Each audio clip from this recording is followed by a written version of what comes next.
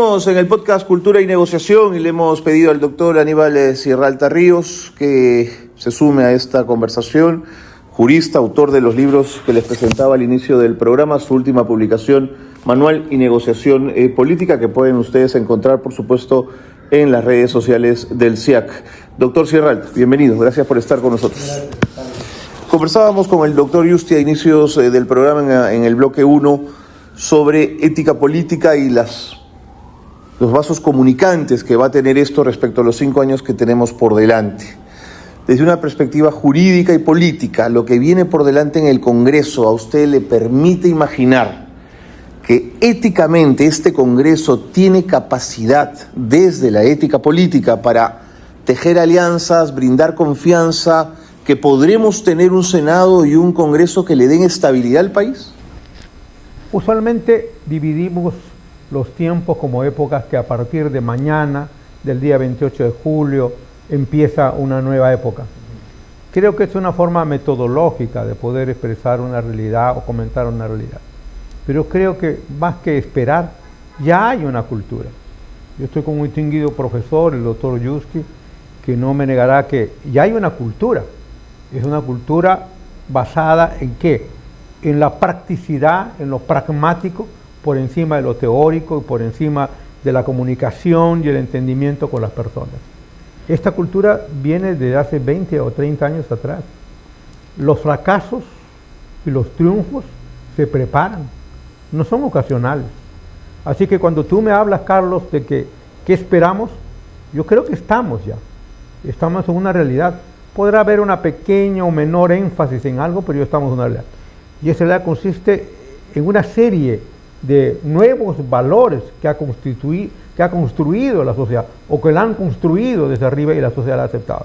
Por ejemplo, hoy día tuve la oportunidad de conversar con unas alumnas de la Universidad Católica, de mi antigua Facultad de Derecho, que me preguntaban, por ejemplo, por qué razón se suscitaban los actos de violencia.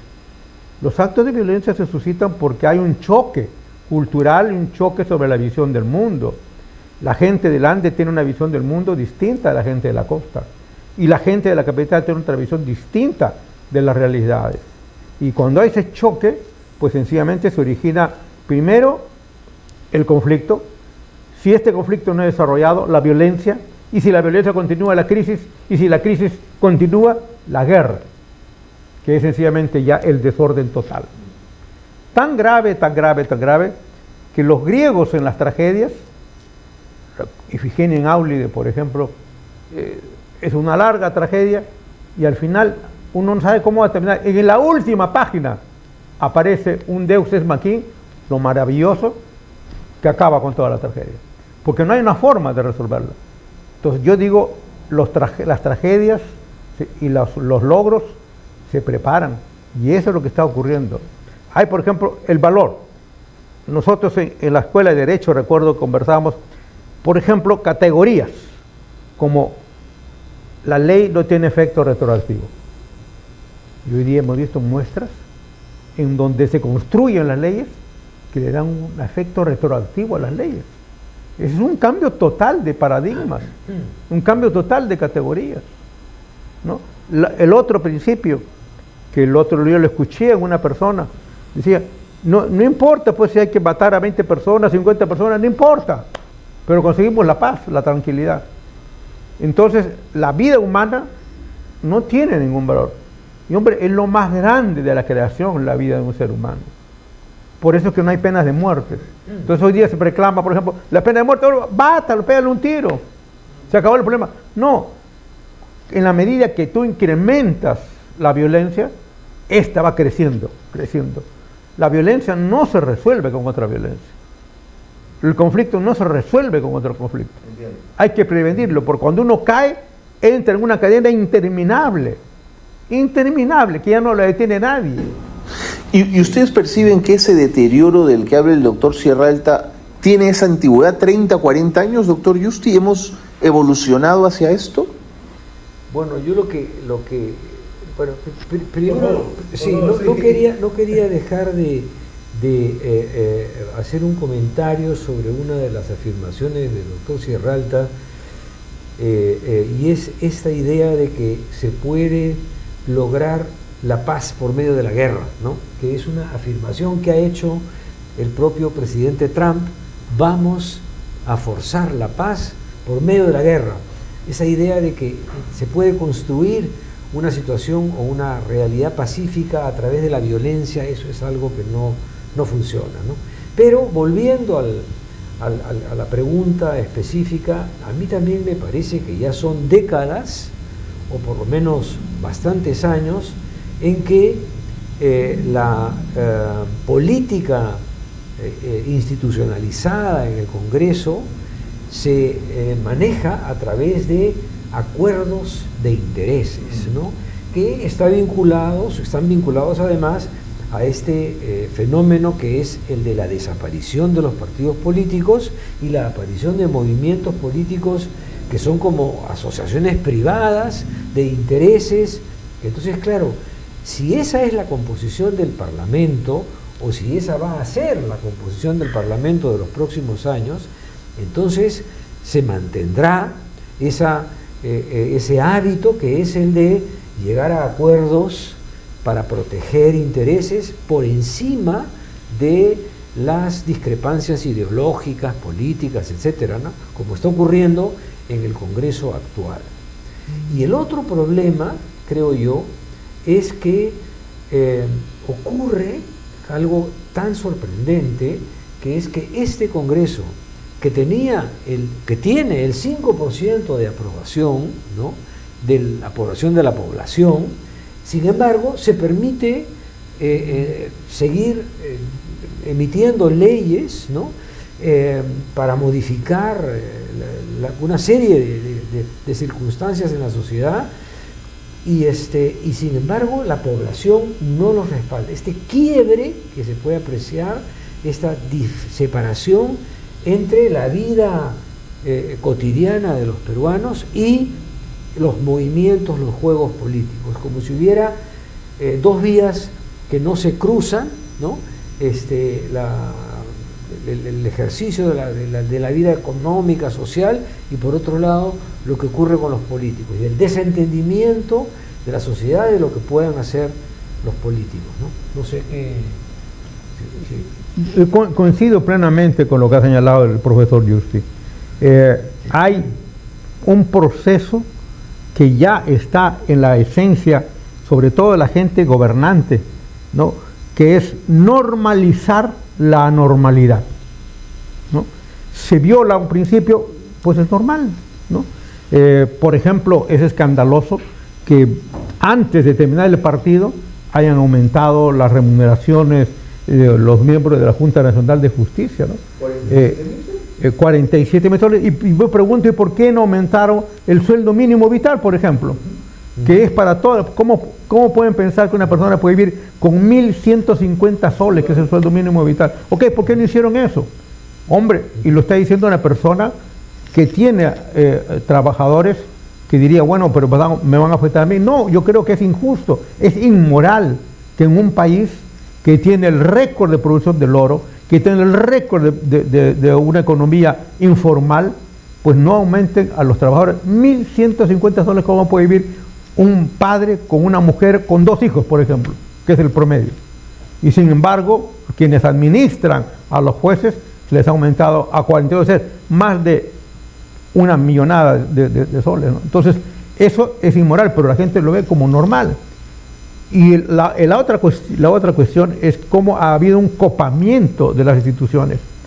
La educación, que es siempre desdeñada cuando se habla de economía, la educación comienza a deteriorarse justamente en el inicio del régimen del padre de la señora recién electa, cuando se comienza a privatizar las universidades, ¿no? ¿Cómo puedo conciliar una sociedad anónima que por esencia busca el lucro con una universidad? ¿Cómo concilio yo el carácter de la universidad, que es una entrega? Los dos somos profesores y tú también eres un profesor. ¿Cómo puedo conciliar una entrega generosa para educar? Porque, ojo, es una obligación del ciudadano de enseñar. No es un gesto de bondad, es una obligación. Quien sabe está obligado a enseñar. Y entonces, ¿cómo puedo conciliar eso que es una actitud generosa? Cuando para constituir la persona jurídica tengo que traer una sociedad anónima cuyo propósito es el lucro. ¿Cómo puedes imaginarte que en un país existan más de 30 universidades creadas apenas en un año cuando no tenemos para pagarlas a los profesores? Entonces se ha normalizado la normalidad. Y esto, por supuesto, puedes controlarlo y bloquearlo con las fuerzas llamadas del orden, ¿no? Que les pegas palos, puedes bloquearlo controlando los medios de comunicación, como ha ocurrido. Hombre, tenemos pruebas al canto, el nazismo, el fascismo, el comunismo, eran mecanismos destinados a controlar la mente de las personas. ¿Y cuánto duraron? Ni medio siglo, ni medio siglo. Pero por supuesto el costo es inmenso. El costo es inmenso, frustraciones en generaciones que fracasan, en generaciones que mueren de hambre, en generaciones que ven todas sus aspiraciones tiradas al suelo. El hecho de que el mundo hoy día se esté moviendo con grandes corrientes migratorias te está explicando algo. La gente no sale de su casa porque sencillamente quiere conocer otros parques. La gente sale porque no se siente bien en su casa. Y entonces esas grandes corrientes migratorias del África, la Europa, del Asia hacia América Latina, de Venezuela hacia el Perú, obedecen a algo que está funcionando mal en la sociedad y que está empujando al pueblo a salir a otros medios, no en busca del Edén, sino en busca de la tranquilidad. Bien, y eso es lo que está ocurriendo hoy día. ¿Y quién está manejando todo esto? Pues los poderes fácticos. Yo creo que la gran misión de quien asume el poder, la gran misión que tiene, es bajar al llano y comprender al más débil de la creación. Esa es su obligación. Sin embargo, vemos que eso no funciona porque la economía ultraliberal privilegia el beneficio al costo. Entonces todo está medido en relación costo-beneficio. Los criterios, por ejemplo, de la Constitución vigente fueron diseñados en una organización privada de mucho prestigio por distinguidas personas bajo el principio costo-beneficio. Hoy, bajo el criterio costo-beneficio, pues sencillamente hay que dejar que se mueran los niños. ¿Bueno? ¿Cuál es el beneficio que trae un niño? Económicamente. Ninguno, pero sus costos son inmensos. Hombre, porque justamente esa es la continuidad de la creación. Y entonces, pues, después, desdeñas al niño, desdeñas la educación, ¿no? ¿Qué es lo importante? La gente habla, dice, oye, no hay que ahuyentar al inversionista extranjero. Oye, los inversionistas extranjeros no son niños de pecho, que se asustan porque hay una regla. Igual van a venir. Sí. No solamente van a venir, sino que además van a propiciar que se cambie a su favor. Así que, no hay que asustar a la inversión extranjera. Hombre, pero hay millones de personas y de niños que se mueren y que sí se asustan. ¿Por qué? Porque quien tiene el poder, que al fin y al cabo es un pater familia, pues no lo ejercita en favor de los más débiles. Ahora, profesor Justi, ya para ir cerrando porque el tiempo nos gana, ¿su sensación es que hay una sociedad que puede movilizarse en el futuro con capacidad de resiliencia y de encontrar los mecanismos para aglutinarse y organizarse, o es una sociedad asustada? Bueno, digamos, aquí hay que tener esperanza, ¿no? Porque yo creo que la sociedad peruana viene padeciendo una serie de, políticas muy negativas de parte de los políticos profesionales, viene padeciendo los efectos de este copamiento de las instituciones del Estado. Entonces, se retrae, por así decir, la propia sociedad y tiene poca capacidad para reaccionar, ¿no? Es otra de las explicaciones, me parece a mí, de por qué hay tanto desinterés por ingresar a la vida política, ¿no? A los movimientos políticos. Hemos retrocedido mucho en los últimos años, ¿no?